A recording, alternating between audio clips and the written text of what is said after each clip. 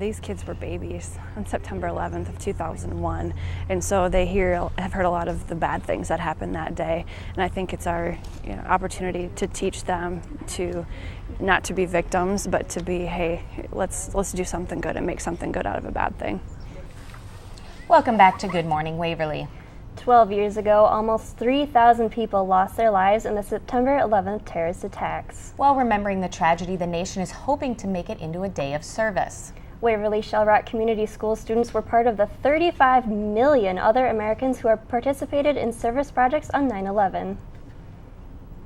Libby Dix is just 12 years old. Also 12 years ago was 9/11.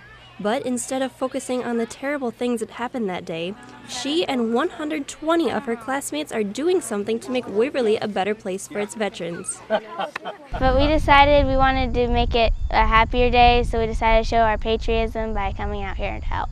Everybody remembers the 3,000 lives that were lost, and that's obviously very, very, very important.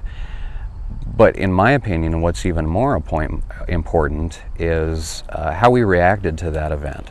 75 7th graders combed through the cemetery looking for the 1,000 veterans' headstones that are buried in Harlington. It's the last name, but not the first name. And then documented their location with their iPads. The information will eventually be up on a website for family members to find loved ones and lost relatives. Samuel Wilson. The idea started this spring.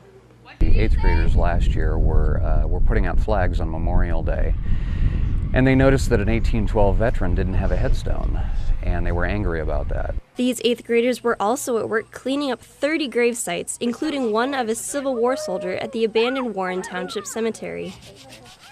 There's over 300 types of natural grasses, and we're trying to disturb those as little as possible. At the end of the day, Libby remembers those who died in the terrorist attack, and also those who were there to save lives.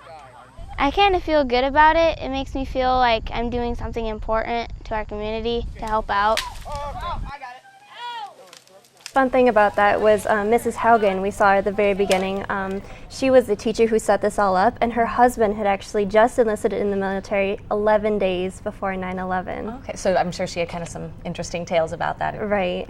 Will definitely be an interesting story and to really tell. meaningful for those 8th graders. Hopefully a lifetime of doing things like and that. I mean, we were that age when it happened, so it's interesting. And they were just born when it happened. It's very interesting. So.